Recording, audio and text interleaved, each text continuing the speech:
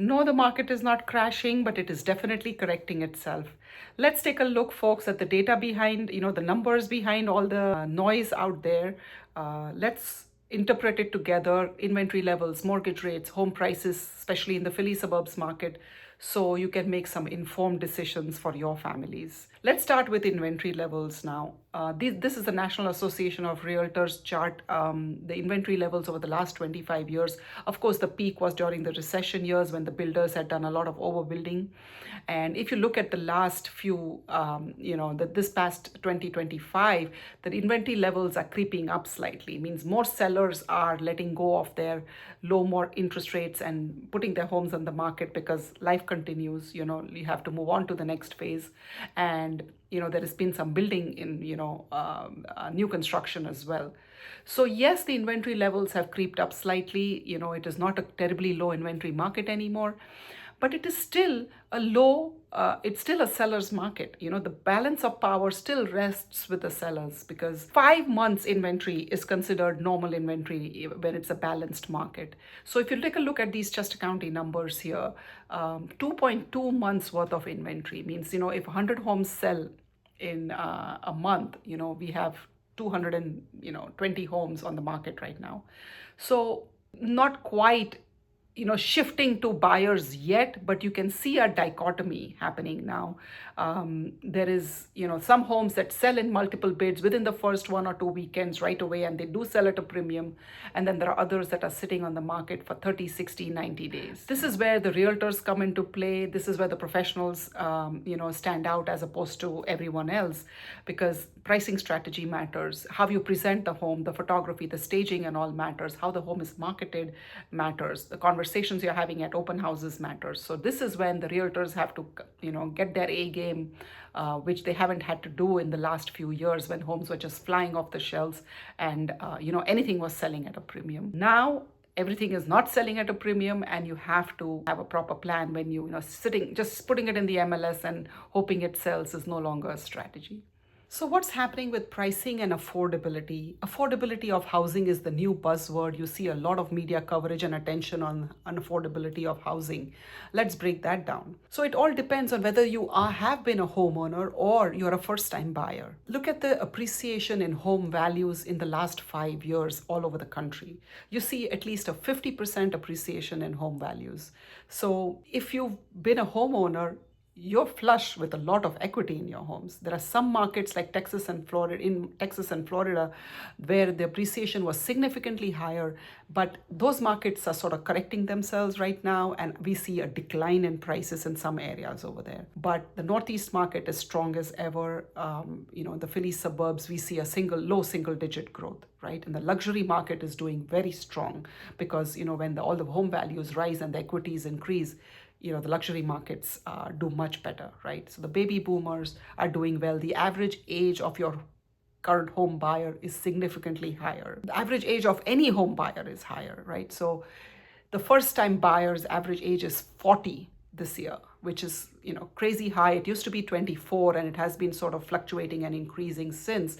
But the folks who were standing on the sidelines saying, I'm waiting for the interest rates to fall, I'm waiting for the prices to come down, unfortunately, they're the ones that got, sidelined out of the market. And now when you come in as a first-time buyer at 40 years of age, it is an overwhelming task to have the affordability to buy a home. Whereas if you had bought your home, 5 years ago, you would have enough equity in the home to be able to buy your next home, right? So as they say in real estate, don't wait to buy real estate and wait, right? Nobody had predicted this post-COVID surge, but at least there has been a 2.5 or 3% appreciation over the years, and this was a galloping appreciation benefiting homeowners, who took that plunge and have the cash for their next home. So here is the numbers for cash. Take a look. 1/3 of the homes that sold were cash payments, which is phenomenal. People have so much equity and cash in their homes that they're able to buy their next home in cash. But the first-time buyers, I'm going to tell you, do not despair. I have another whole video about, several tips. Realtors love to work with first-time buyers. Take a look at that link in my description below, and, we have some tips for you. Let's look at Chester County home values right now. we continue to outpace the national market. This area has been a growth area, and yes, there's always been some fluctuations. Some markets differ, seasonality differences, but our home values are significantly higher, and we are not going to see a major correction. We will be coasting and flat, I believe. So what's happening for the rest of the year is the question, right? The geopolitical environment is a little uncertain. In times of uncertainty, people will pull back. People don't want to make too many decisions about their, big decisions about their lives. So buying a home or selling a home or moving is a big decision. And so people have been pulling back a little bit. You can see that. Now we're heading into the holiday season. This is middle of November. So the Christmas season around the corner and Thanksgiving. So there's a distraction. We're not going to be seeing a whole lot of activity, in my opinion. But the next year promises to be even stronger. We're seeing, the home sales rise, home values stay, flat, and we will see a lot more transactions happen next year. That's my prediction. I can't end my market update without talking about the 50-year mortgages. That's the big buzz in the market right now. Everybody's talking about it. Of course, I have an opinion as well. And here goes. I don't know if how many of you know 40-year mortgages already exist, right? Nobody's buying them, really. So there's a reason why people are not going for such large terms. I have seen a lot of facetious stuff out there. Like imagine, well, the first-time home buyer is 40 years old. The median age of a first-time buyer right now is 40 years. If you buy a 50-year loan, if you get a 50-year loan, you're repaying till the ripe old age of 90. Well, all of us understand that we're not going to hold on to that loan forever. So let's unpack the 50-year mortgage, right? First of all, the interest rate is going to be higher than your 30-year mortgage, clearly, because, the risk is spread over a larger term and the interest rate's always going to be higher. Secondly, what are your expectations in the home price increases, in the appreciation of values, right? If you are bullish and you feel like your home values are going to appreciate significantly in the next 10 to 12 years, that's the only scenario under which the 50-year mortgage would make sense. So my opinion, guys, 50-year mortgages, no. There are other ways in which to make your homes more affordable. That's not the way to go, because I'm not going to be bullish about a significant rise in home values as of today. Really, I'm not.